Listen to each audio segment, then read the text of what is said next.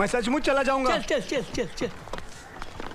मैं जा रहा हूँ। अरे तू जा रही। सच में चीन के वर्तमान रवैये को देखकर कौन कहेगा कि ये वही देश है जिसने एक समय हमारे देश को 1962 के युद्ध में हराया और विश्व के सबसे शक्तिशाली अर्थव्यवस्थाओं में से एक में हुआ करता था। पहले कोरोना, फिर गलवान और फिर एक के बाद एक अनेक प्रकार की आर्थिक कार्रवाई के बाद भी चीन की अकल ठिकाने नहीं आई है और इससे प्रतीत होता है कि वह G20 2023 की प्रस्तावित बैठक का बहिष्कार करने में भी कोई हिचक नहीं दिखाएंगे। परंतु भारत ने भी स्पष्ट कर दिया है, ठीक है बंधु, हम लद्दाख में भी ब्रांच खोल लेंगे। नमस्कार, स्वागत है आपका TFI पर, जो है देश का सबसे विश्वसनीय अल्टरनेट न्यूज मीडिया पोर्टल, और मैं अनिमेश पांडे आपको अवगत कराऊंगा कि कैसे भारत ने चीन को ऐसा पाठ पढ़ाया है कि वह कहीं मुंह दिखाने योग्य नहीं होगा और कैसे लद्दाख में G20 के प्रस्ताव से चीन का हाल अब कुछ ऐसा होगा।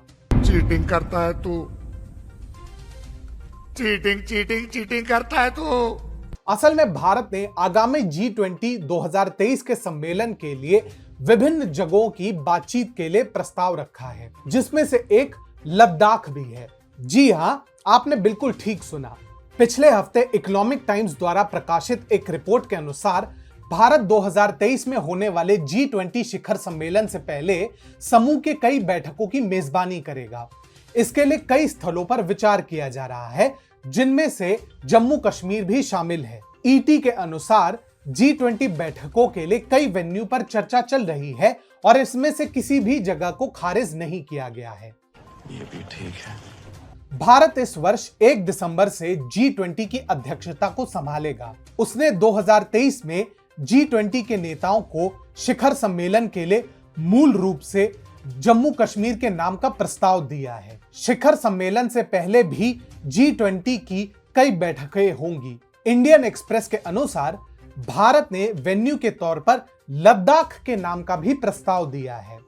अब लद्दाख में लाइन ऑफ एक्चुअल कंट्रोल पर भारत और चीन की सेनाओं के बीच पिछले 2 वर्षों से अधिक समय से तनाव का माहौल है। कुछ जगहों पर तो दोनों देशों की सेना पीछे हटी है, परंतु गतिरोध अब भी बरकरार है और ऐसे में तो चीन की हालत तो ऐसी है कि ना उनसे अब निगलते बनेगा ना उगलते।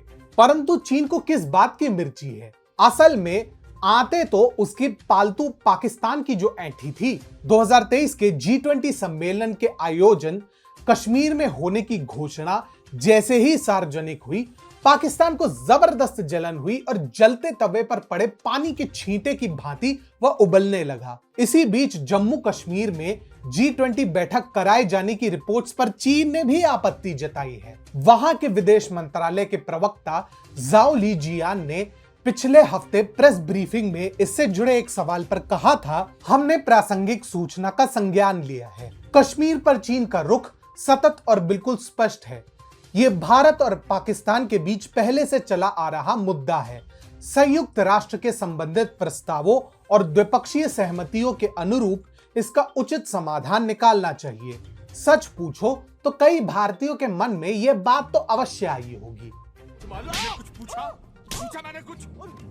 असल में चीन ने यह मुसीबत स्वयं अपने सर बुलाई है। अगर डोकलाम की धुलाई से सबक ले लिए होते तो शायद एक शक्तिशाली राष्ट्र होने के नाते इतनी भद ना पिटवाते।